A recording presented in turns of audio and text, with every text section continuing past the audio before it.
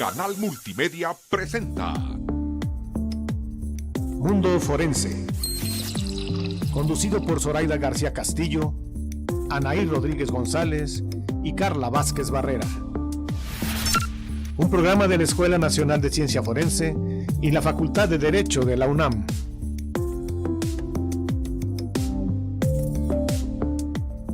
Muy buenos días, les habla Anaí Rodríguez González en su programa Mundo Forense. El día de hoy estamos transmitiendo desde la página de Facebook de US Canal Multimedia de la Facultad de Derecho de la UNAM. Le queremos dar las gracias siempre a la doctora Sonia Venegas Álvarez, directora de la Facultad de Derecho, a la doctora Irene Emilia Trejo Hernández, jefa de la División de Universidad Abierta de la Facultad de Derecho, y a Eduardo Ramírez y a todo el equipo que se encuentra en cabina. Muchísimas gracias por el espacio. Les recordamos que estamos en la plataforma de US Canal Multimedia y el programa se retransmite por la página de Facebook de la Escuela Nacional de Ciencias Forenses de la UNAM, en donde nos pueden dejar sus preguntas y comentarios para nuestra invitada del día de hoy. Bienvenidos y bienvenidas. Hoy nos acompaña la doctora Ana María Martínez Vázquez para conversar sobre el tema la búsqueda de microplásticos y nanoplásticos, similitud con la investigación forense.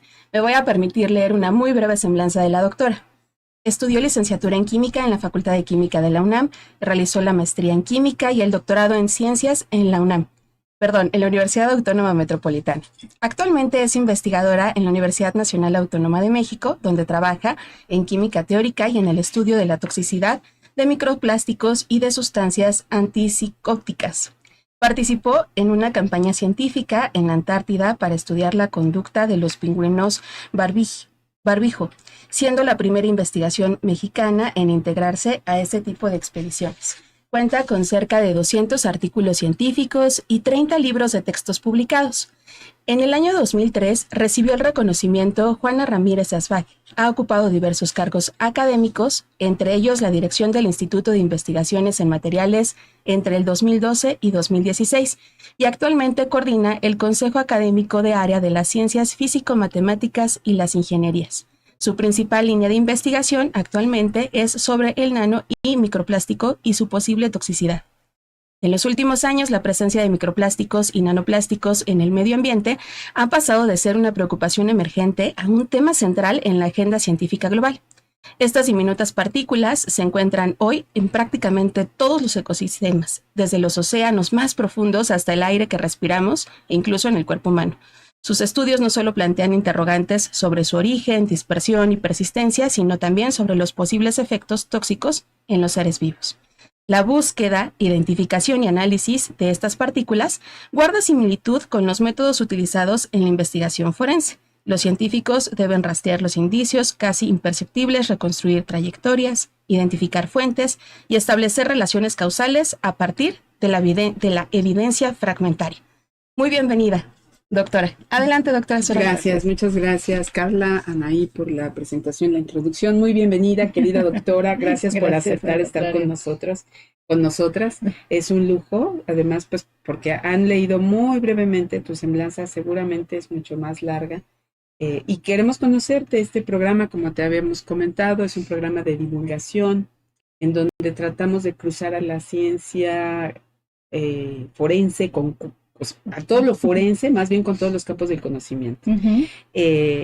Tú estás en este momento trabajando, tu línea de investigación son microplásticos y nanoplásticos. Así es. Entonces, yo creo que antes de entrar de lleno en el tema, nos gustaría conocer un poquito más de ti, cómo es que te acercaste a la ciencia, decidiste estudiar lo que estudiaste, cómo ha sido tu vida académica y profesional, de manera que llegaste a esto. Pues muchas gracias por la invitación, siempre es un placer trabajar con ustedes y además estar en un programa que le llega al público. Bueno, pues yo empecé a mí me gusta la ciencia desde que tomé clases de química con los maestros. Yo ahí sí creo que los maestros son fundamentales para darte la motivación y la orientación vocacional. Pues tuve dos excelentes maestros de química que me hicieron ver que se podía estudiar química y entonces poder hacer investigación. Y desde muy joven entré a la investigación, desde el tercer semestre de la carrera. Nos invitaron a participar en programas de investigación muy chiquitos y muy primitivo todo, pero sí, entonces empecé con investigación muy jovencita. Y de ahí me seguí, ¿no? Entonces, siempre he tratado de hacer investigación que esté relacionada con problemas de la gente, digamos, no de subirme en una nube y no hacer nada relacionado con la sociedad. Sí. Y en ese sentido, pues así llegué a los nanoplásticos. Es uno de ellos, y llegué a ellos porque yo me fui efectivamente a hacer una campaña a la Antártida, con mucha suerte, porque me escogieron.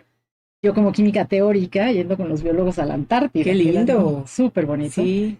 Estuvimos en una estación, una base experimental que era militar y social, digamos, y científica, y estuvimos 6 semanas en la Antártida. Los militares están como para cuidarte, ¿no? Es lo que hacen toda la logística. Y ahí empecé con los pingüinos para estudiarlos. Y en ese momento, que fue en el 2007, los pingüinos estaban muy contentos. Tenían un buen nivel de reproducción, se iban alejando cada vez más hacia el norte por el cambio climático, el calor los espantaba. Pero cuando regreso yo con este investigador a hablar, me dice que encontraron nanoplásticas en los pingüinos. ¿Qué? ¿Cómo crees? Y entonces nos pusimos a investigar. Y la pregunta era, ¿hacen o no hacen daño? Porque sí están hasta en la Antártida. Nanoplásticos y microplásticos hay en todos lados. Y la pregunta que yo me puse a investigar fue, ¿hacen o no hacen daño? Porque ahí hay como que esa es la pregunta que hay que investigar, ¿no? Ajá. Porque si hacen daño, pues habría que hacer algo. Y si no hacen daño, pues también, pero otra cosa, ¿no? Sí. Cosas diferentes. Entonces así empecé con la ciencia y así llegué a los nanoplásticos, por los pingüinos. Sí, sí. Y cuando platicábamos sobre esta invitación que le hicimos a la doctora, ella pensaba en que la búsqueda del nanoplástico y del microplástico tendría seguramente muchas similitudes con las investigaciones forenses. Sin duda. ¿No? A ver cómo lo ves. Es que yo creo que lo más importante en la investigación es la pregunta que te haces. La pregunta te guía hacia un resultado, que es el que quieres. Una mala pregunta te lleva a un mal resultado. Siempre hay que buscar que la pregunta sea suficiente y sea buena. En lo forense, tanto como en accidentes o en forense para averiguar asesinatos, la pregunta también es muy importante. Si haces una pregunta incorrecta, igual no llegas a donde tienes que llegar, pierdes mucho tiempo, o pierdes la oportunidad de investigar el accidente o de saber por qué ocurrió, las pruebas. Y aquí también, si haces una mala pregunta, puedes perder mucho tiempo en no poder contestar. Luego tienes que conseguir pruebas, como tú dices, ¿no? Tienes que conseguir pruebas para todo tipo de investigación. Yo consigo las pruebas a través de la computadora. Pero son pruebas que tienes que decir a la gente si está bien o está mal que tomen agua en una botella de plástico, ¿no? ¿Qué riesgos se pueden correr desde lo que tú puedes saber desde la ciencia? Entonces yo creo que esa es la gran similitud que hay entre todo trabajo científico. Necesita una buena pregunta y pruebas que te lleven a esa pregunta. También hay hipótesis, ¿no? En lo forense te sacan hipótesis, pues aquí también hay una hipótesis que no siempre se comprueba, desde luego, pero que te guía el trabajo, o por lo menos te dice por dónde puedes ir esperando las cosas. ¿No? Doctora, también como para ir como entrando a la temática y pensando mucho como en el tipo de auditorio que tenemos, ¿no? Que no son personas que estén como muy imbuidas del conocimiento científico en temas de nanoplásticos y microplásticos. ¿Podría explicarnos justamente qué son los microplásticos y cuál es su diferencia con los nanoplásticos? Porque justamente hace un momento veníamos platicando cuál será la diferencia entre uno y otro. Yo hipótesis de tamaño, que suena muy obvio, pero debe de haber como, o sea, una explicación, ¿no? De qué son, cuál es esa diferencia y por qué están en todos. Pues mira, si tú tomas una botella de plástico de las que todos tomamos, ¿no? Esa botella se va erosionando, se va deshaciendo, se va partiendo en pequeños pedacitos todo el tiempo. Es una parte de la erosión del agua, o el sol, o si la tiras peor, ¿no? Esos pedacitos pasan, pues se va haciendo cada vez más chiquito, entonces llegas a un microplástico que sí lo puedes ver, porque es hasta de 5 milímetros, pues lo puedes ver a simple vista, pero se sigue haciendo chiquito, y chiquito, hasta que se vuelve la molécula original. Entonces, esos plásticos que son cada vez más chiquitos, pues no los puedes ver. No saben a nada, no huelen a nada. Tampoco reaccionan con mucha facilidad. El plástico no reacciona, no se descompone muy fácil. Entonces, por ejemplo, si tú tomas una botella de esas de litro y medio, no importa. Hicieron un análisis, las botellas del supermercado. Agarraron 2 botellas de agua y analizaron la cantidad de plástico que había. Por botella de litro encontraron 250,000 partículas de plástico. Si tú te tomas una botella de agua, te estás echando tus 250,000 partículas de plásticos diferentes, ¿no? Entonces, Están en todos lados. Se estima, con modelos matemáticos, que más o menos consumimos al año el equivalente a una tarjeta de crédito. Una tarjetita de crédito, no te la estás comiendo. Hay dos hipótesis y dos grandes grupos de investigación. Unos que dicen que eso es mortal y que nos vamos a morir todos y que es muy grave y que... ¿no? Otros, en los que yo me encuentro, que decimos que si el plástico no es tan reactivo, pues creemos que los nanoplásticos tampoco, que como entran, salen, que no llegan al tracto digestivo. Hay experimentos de un lado y del otro. Y esto es como cuando la gente está en contra de un partido político, no quiero decir. La 4T también, hay gente que está a favor y en contra y no hay medias. Así es. Entonces, hay una investigación muy bonita que hicieron un plástico marcado que podían seguir con la radiografía. Y se lo dieron a un ratoncito. Entonces, podían seguir con la radiografía, el plástico llegaba aquí. Seguían el plástico, era un plástico nano, chiquitito, no se veía, hasta que a los no sé cuántas horas desapareció, o sea, lo echó. Entonces ellos dicen, ven, no hacen nada. Pero los que están del otro lado dicen, no, bueno, es que ya pintado, pues sí, no hace nada. Pero no es lo mismo el plástico pintado que viste que el plástico que te tomas en una botella de agua. Yo lo que digo es que si todo el mundo tuviera si te tomas eso, porque eso sí está medido, de plástico, pues si son tóxicos ya estaríamos del otro lado, ¿no? Ya la población hubiera disminuido, el éxito reproductivo, todos estos indicadores de salud se tendría que ver, porque eso llevamos años así. Sí. Entonces, por eso yo lo que hago es ver qué tipo de daño pueden hacer. Hay cosas que sí pueden hacer, porque son cosas físicas, que si se te pegan aquí es como cuando te pegas y se te come una piedrita o algo, un proceso inflamatorio, eso sí lo pueden hacer. Pero de que no reaccionan, yo llevo años estudiándolos y no encuentro con qué puedan reaccionar. Los nanoplásticos, los más chiquitos, que son los más peligrosos, porque esos te llegan a todos lados. Dicen que sí atraviesan la barrera del cerebro y que sí te llegan a la cabeza y que se relacionan con el Alzheimer. No está demostrado, ¿no? Y el Alzheimer es multifactorial, puede pasar por tantas cosas, pues está. ¿No? Entonces, esa es la pregunta, es esa, mi hipótesis es que no, pero de verdad busco con muchas ganas a ver si sí. Claro. Y no, hasta ahora no encuentro. Pero, ¿y el microplástico? ¿Cuál es la diferencia entre el microplástico es de 5 milímetros, máximo. De ahí hasta, pues, 10 milímetros, ahí son chiquitos, pero los ves a simple vista. El nanoplástico no lo ves. Esa es la gran diferencia, sí es el tamaño, efectivamente. Uno pensaría que por ser chiquito, pues es más dañino, porque llega a más lados. Sí, de hecho yo estudio los más chiquitos, pero no hemos encontrado que haya un daño y evidente. Que se alojen en algún lugar, nada. Pues sí se alojan, pero no hacen daño, son como cosas inertes. Se van pegando y no te hacen daño. Ahora, la botella de plástico sí tiene sustancias que lo ayudan a estabilizarse y es así.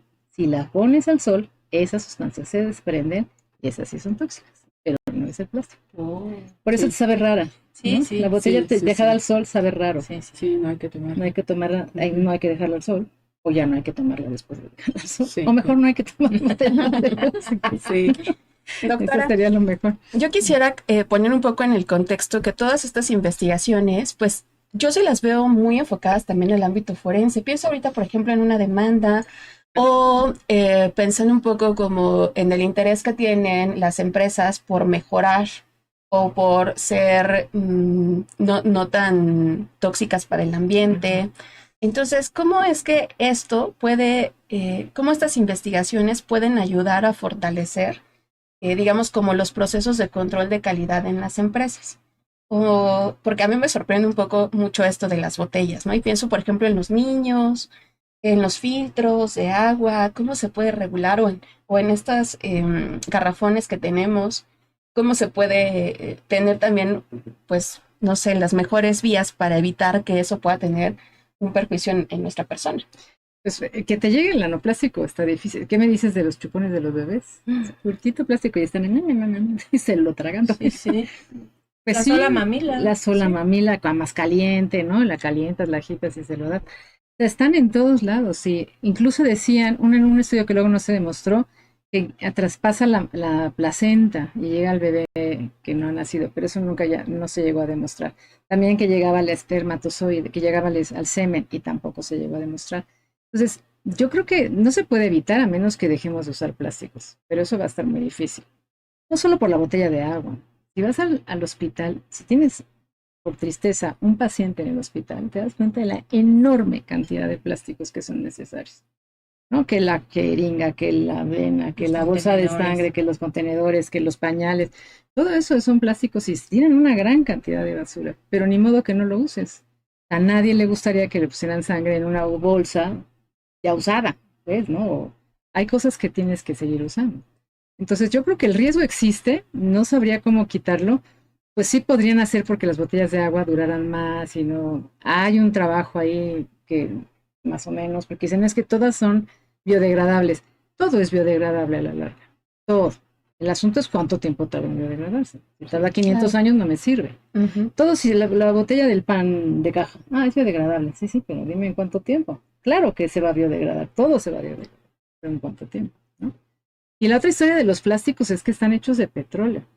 Como me decía un niño, tenía un dinosaurio en una conferencia, un dinosaurio de plástico, y me dijo, entonces este dinosaurio está hecho de dinosaurio.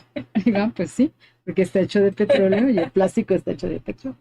Qué bien. Entonces, qué lindo, ¿no? Sí. Entonces me dice, el petróleo se va a acabar con unos 50 años. A mí me decían 50 años cuando iba en la primaria. Ponle otros 50. O sea, cada vez se renueva la fecha, ¿no? Sí. Pero si se acaba el petróleo, entre otras cosas, nos quedamos sin plásticos. Y entonces, vamos a tener que pensarle, ¿no?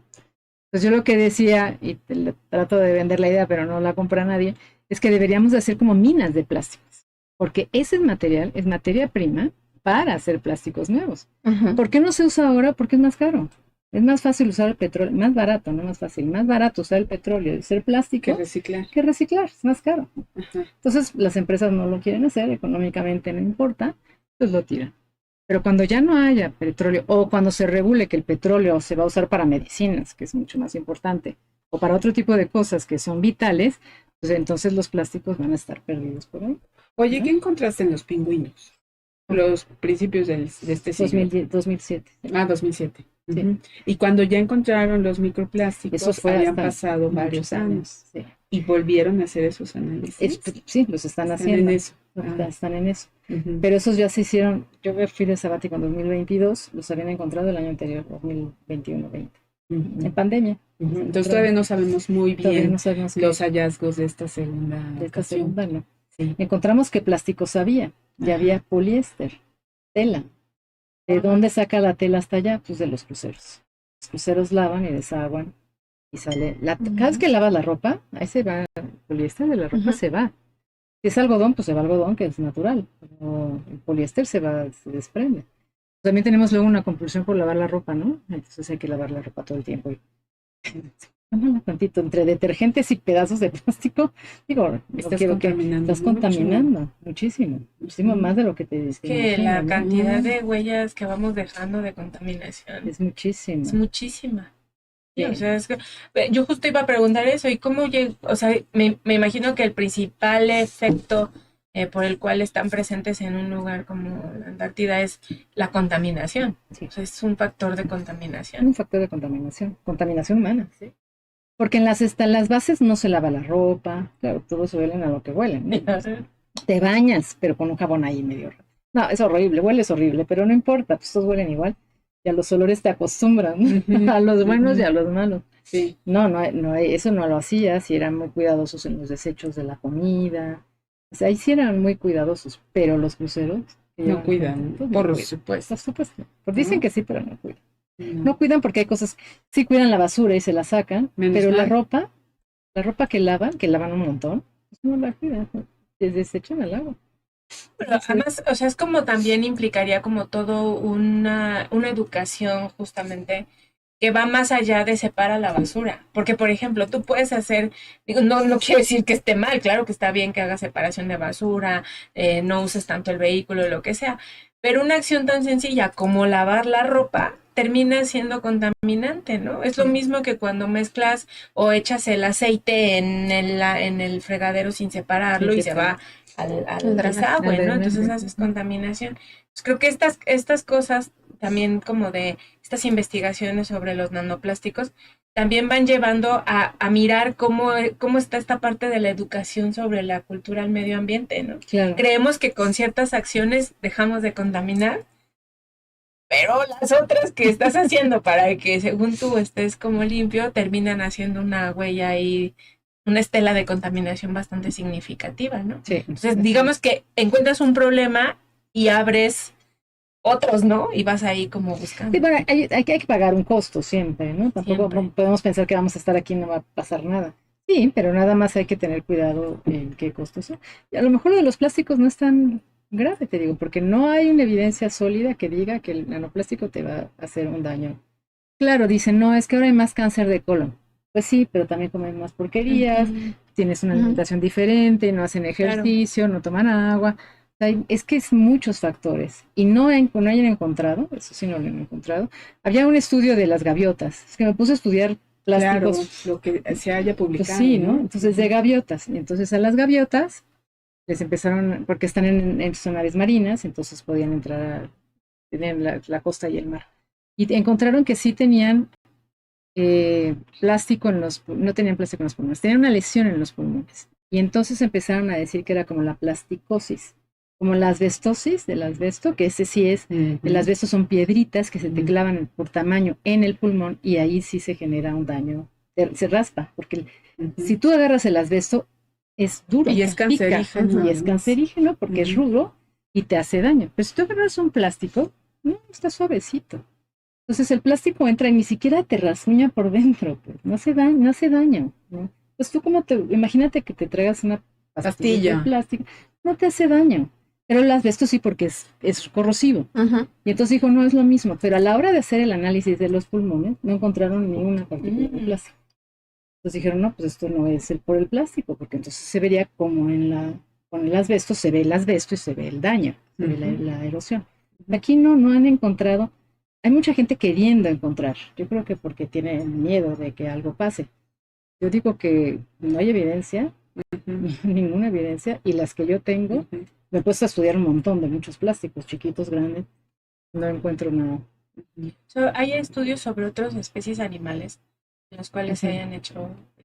Ratas, todas las que quieras, sobre todo aves, estudian mucho las aves, los pingüinos con nosotros, y estudiaron unos aves que se llaman el cernícalo, que es carroñero, pues también como un montón de plástico, porque se come el suyo y el de la carroña, que se está comiendo. Claro, no, pues hay una cadena alimenticia. Sí, y además está en el basurero y se le va cualquier cosita de plástico. Las tortugas.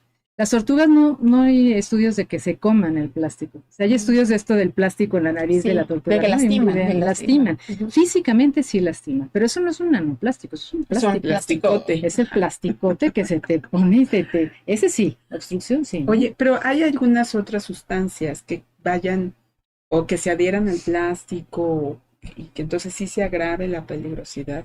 No te puedes poner al día ni siquiera tan fácil, porque hay mucha gente, muchos artículos, muchas observaciones. Es un tema de vanguardia. Es un tema que preocupa, sí preocupa. Y nosotros ahí seguimos intentando. Desde tu expertise y tus áreas de conocimiento, química, bioquímica, ¿qué otros temas tenemos que nos preocupen como para el grado de que impacten en salud, en contaminación, en la calidad de vida? Pues uno que yo creo que no se está viendo muy con detalle es la degradación de las cosas. Por ejemplo, está de moda la omega 3 y omega 6, ¿no? Sí.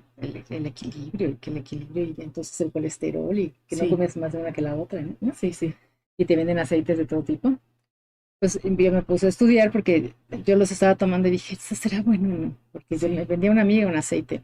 Sí, el colesterol te baja. Sí. Eso sí. Pero dije, bueno, y cuando me iban a hacer una extracción dental, me dijo, no, deja de tomar el aceitito, porque tiene efectos secundarios. Dije, oye, ¿qué es esto?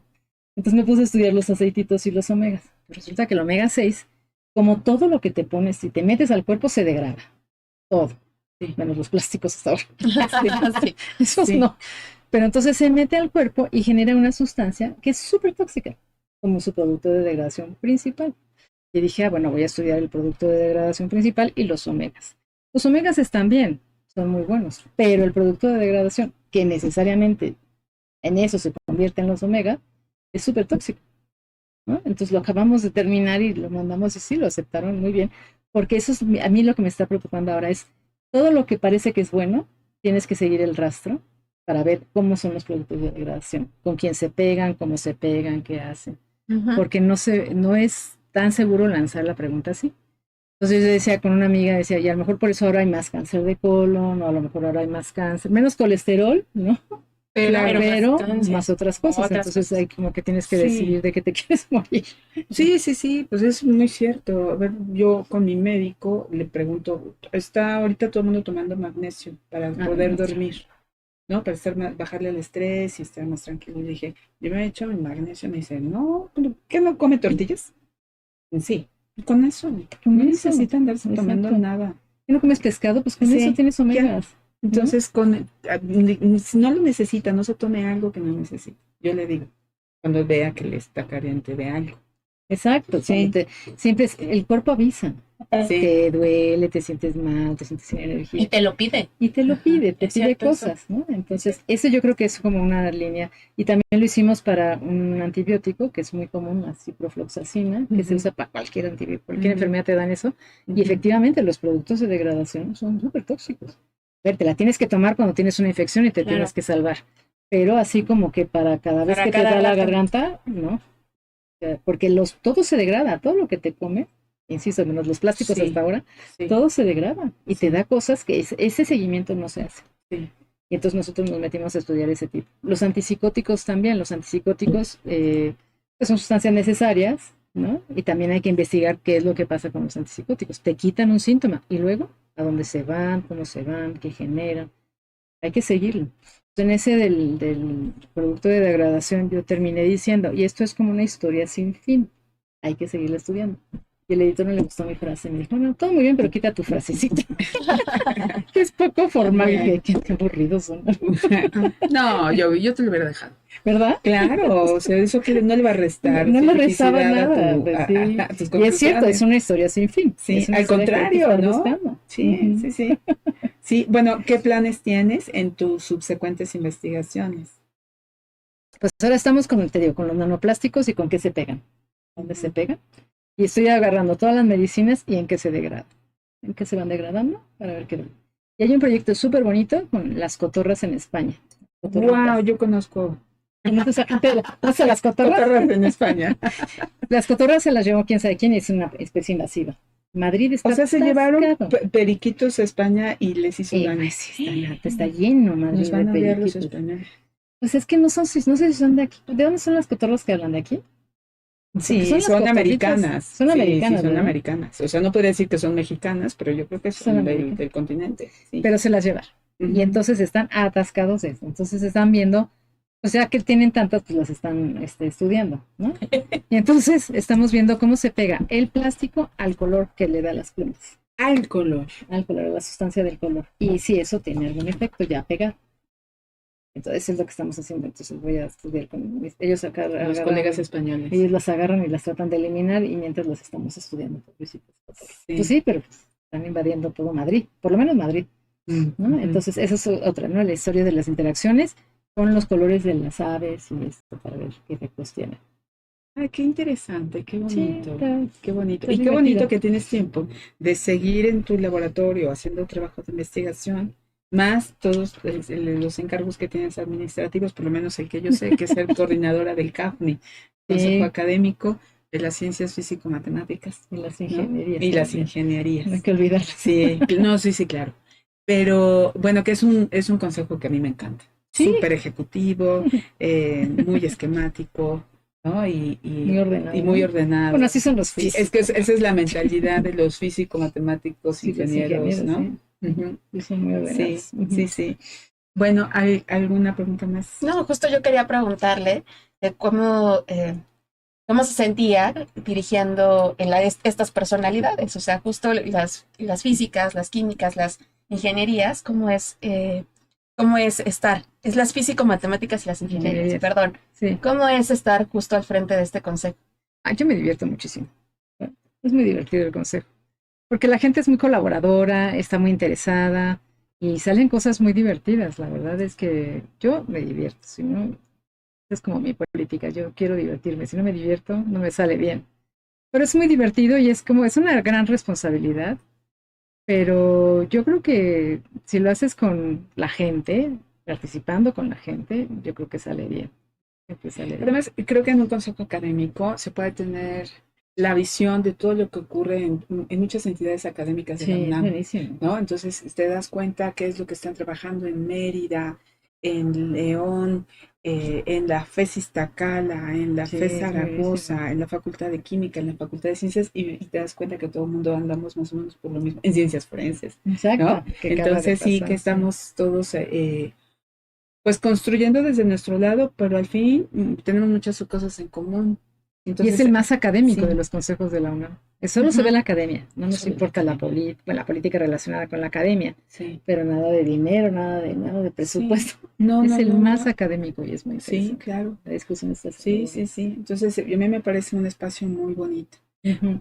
¿Algún mensaje, cierre con el que quieras terminar esta conversación? Ya está, el tiempo ya está acabando.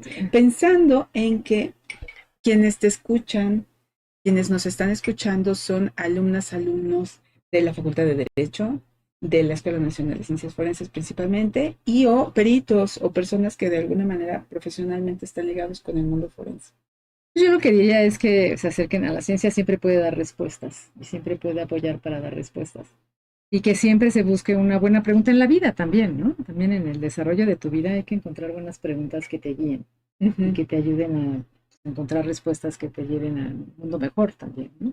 Es lo que diría, que hay que acercarse a la ciencia, porque la ciencia es divertida, aunque no parezca, pero es muy divertida. Sí, sí lo es, interesantísima. Además tiene muchas aplicaciones en la vida diaria. Y puedes llegar hasta la Antártida, ¿no? Yo nunca me lo imaginé, pero sí, pues puedes llegar hasta la Antártida. No, ay, qué lindo. Me recordaste a la película de Mi amigo el pingüino, ¿se acuerdan? Ah, qué linda qué linda es. Sí. Así son, siempre si te no la han sacan visto, una véanla. Los pingüinos siempre te sacan una sonrisa. Porque caminan así, porque se te miran. Sí, son muy simpáticos. Son muy simpáticos. Y dan ganas de abrazarlos, pero no los pero no pueden abrazar. Porque te pican. Porque te pican y te pegan. Sí. Bueno, pues con esto entonces terminamos nuestro programa de Mundo Forense. Muchísimas gracias por habernos dado de su tiempo en un miércoles más. Los esperamos en la siguiente semana con otro programa y con otra persona invitada en Mundo Forense. Muchas gracias. Muchas gracias.